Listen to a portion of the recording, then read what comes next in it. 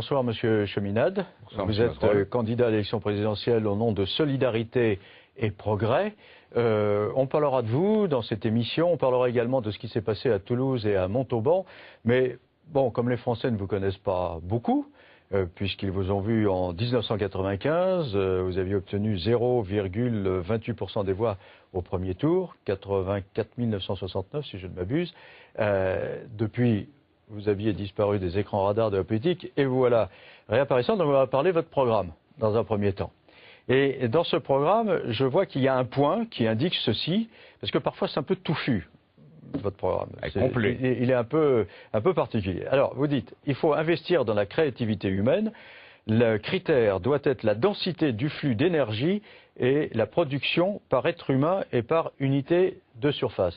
Je vous prie de m'excuser, mais ça me paraît un peu abscon. Et par matériel utilisé, j'ajoutais encore. Non, ça veut dire que dans une société, si l'on veut la justice sociale, on doit se battre.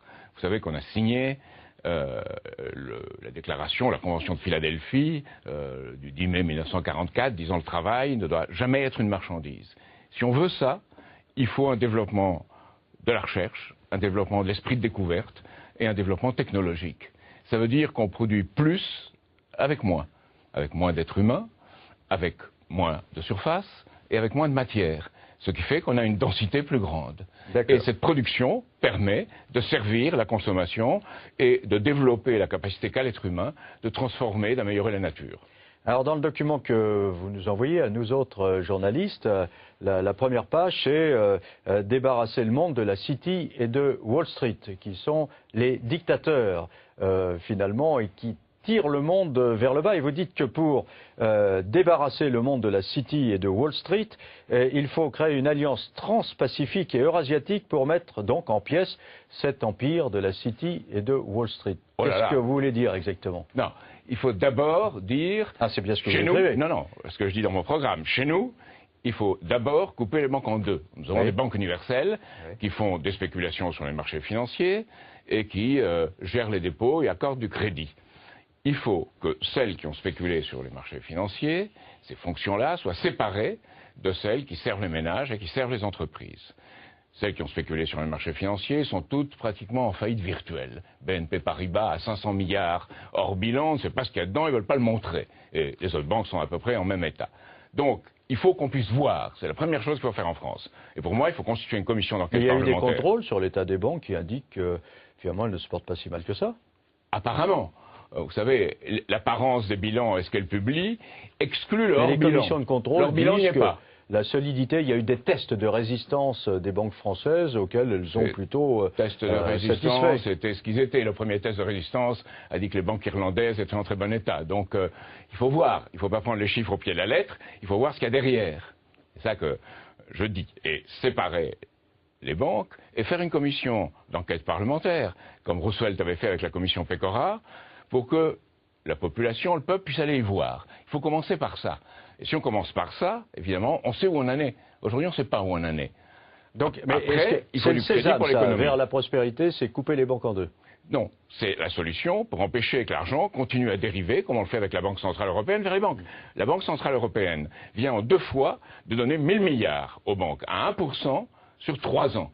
C'est scandaleux, parce qu'en réalité, on leur fait prendre quelques pertes sur la Grèce, mais on leur redonne cet argent. Et les banques qui n'ont pas confiance remettent cet argent dans la Banque Centrale Européenne, alors qu'on leur prête à 1%, elles le remettent à 0,25.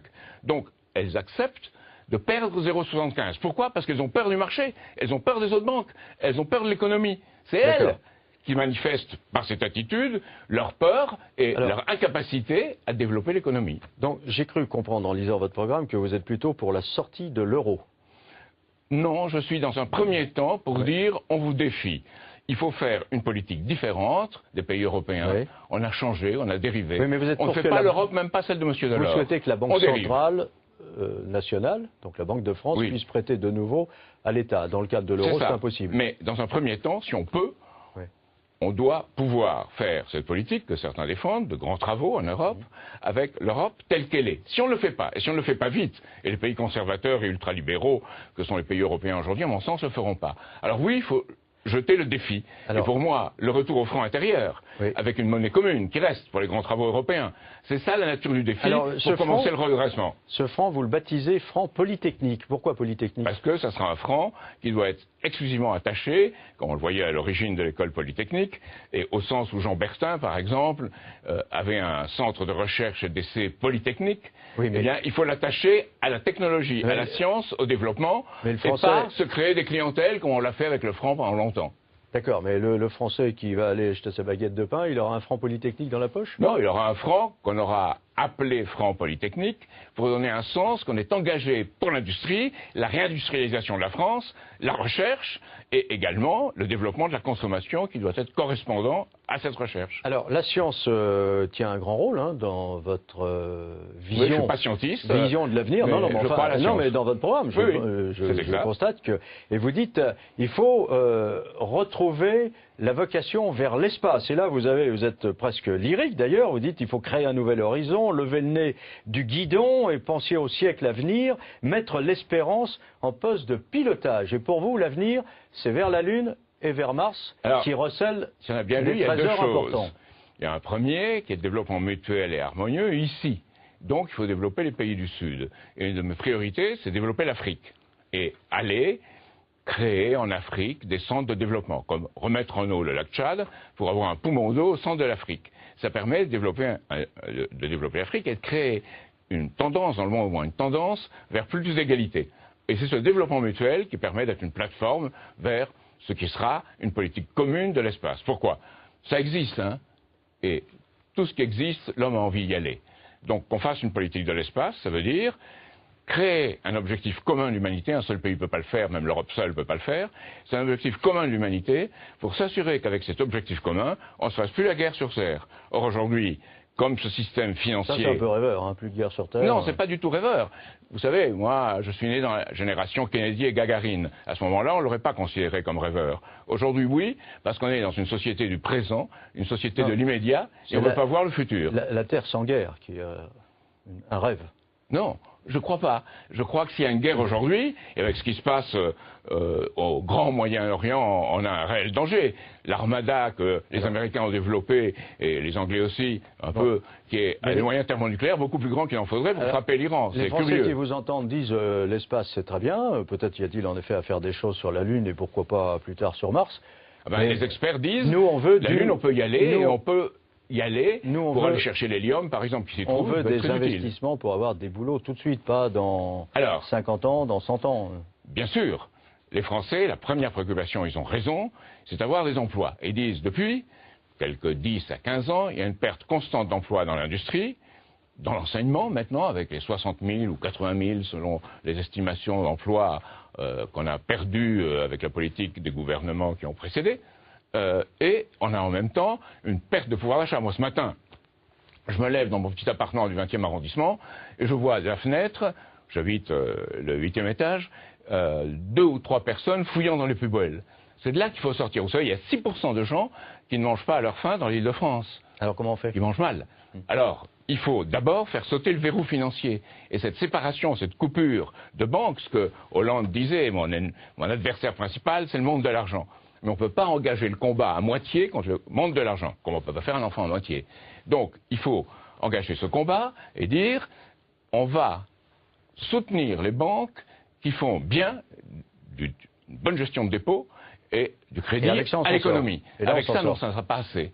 Il faudra, et c'est l'autre aspect, Banque nationale, pôle de développement industriel, en réunissant les moyens qu'on a publics, pour faire une grande politique de recherche et d'industrialisation. Et cette Banque nationale doit faire du crédit à long terme, à faible taux d'intérêt, du crédit public, comme on faisait avant la loi de 73, et surtout avant les lois de 83 et 93 et 98. Où il y avait beaucoup d'inflation et d'évaluation. Mais enfin, c'est un autre problème. Mais on avait une amélioration du niveau de vie. Alors, je voudrais qu'on parle aussi de la formation, parce que là, vous dites qu'il faut sortir d'un enseignement qui ne dispense que des savoirs morts. Et vraiment si mauvaise que ça, l'école? Oui, ça veut dire qu'on apprend des formules, il faut répéter les formules, et on n'apprend pas à créer. Par exemple, La main à la pâte de Pierre-Gilles Diogène et de Georges Charpak, c'était de donner aux enfants les moyens de construire quelque chose. Ils le construisaient, par exemple une pile, ils voyaient que ça marchait, c'était un électromoteur, c'était quelque chose dans l'univers, qui avait une action. Et après, une fois qu'ils avaient fait ça, ils écrivaient ce qu'ils avaient fait. Pédagogie totalement différente. Pédagogie très différente, mais qui était l'approche de Marie Curie avec ses enfants et sa famille. Et vous dites c'est même... le groupe de l'Arc-Ouest. Et alors vous mettez l'accent sur le chant choral. Le chant choral, c'est important. Le chant choral là-dedans. Partout où il y a eu un effort musical de ce type.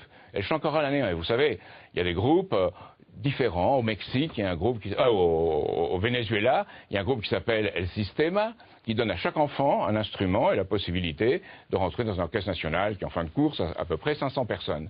On a ici Demos, l'orchestre Demos en France. Mais il faut avoir plus. Il faut que la musique joue un rôle dans l'enseignement. Et le chant choral permet de découvrir soi-même, de découvrir l'autre, et de découvrir ce qu'on peut faire ensemble. C'est ce qui redonne un sens collectif, un sens humain au travail en groupe. Allez, un dernier mot. On revient à la City et à Wall Street. Vous voulez donc créer cette alliance eurasiatique avec la Russie et la Chine. Ces deux régimes montrent la perspective de l'avenir de l'humanité ? Non, ils ne montrent pas la perspective de l'avenir de l'humanité. C'est nous qui devons montrer la perspective de l'avenir de l'humanité, au lieu de faire une Europe de contraction qui va imposer à la Grèce un système où on est en train de détruire et on ne repensera jamais. La Chine et la Russie Si nous donnions l'exemple, la Chine et la Russie suivraient ce type de développement. Les États-Unis aussi d'ailleurs. On doit le faire aussi avec les États-Unis. C'est un pont terrestre asiatique, mais c'est un pont aussi à l'ensemble des pays qui forment notre terre, avec un avenir. C'est ça qu'il faut recréer. Ce que De Gaulle appelait, au fameux discours de 64 à l'Université de Mexico, la cause de l'humanité. Il faut retrouver la cause de l'humanité. Très bien. Fin de cette première séquence, et puis vous allez parler avec un journaliste du Point de ce qui s'est passé à Toulouse et à Montauban. À tout de suite. Merci.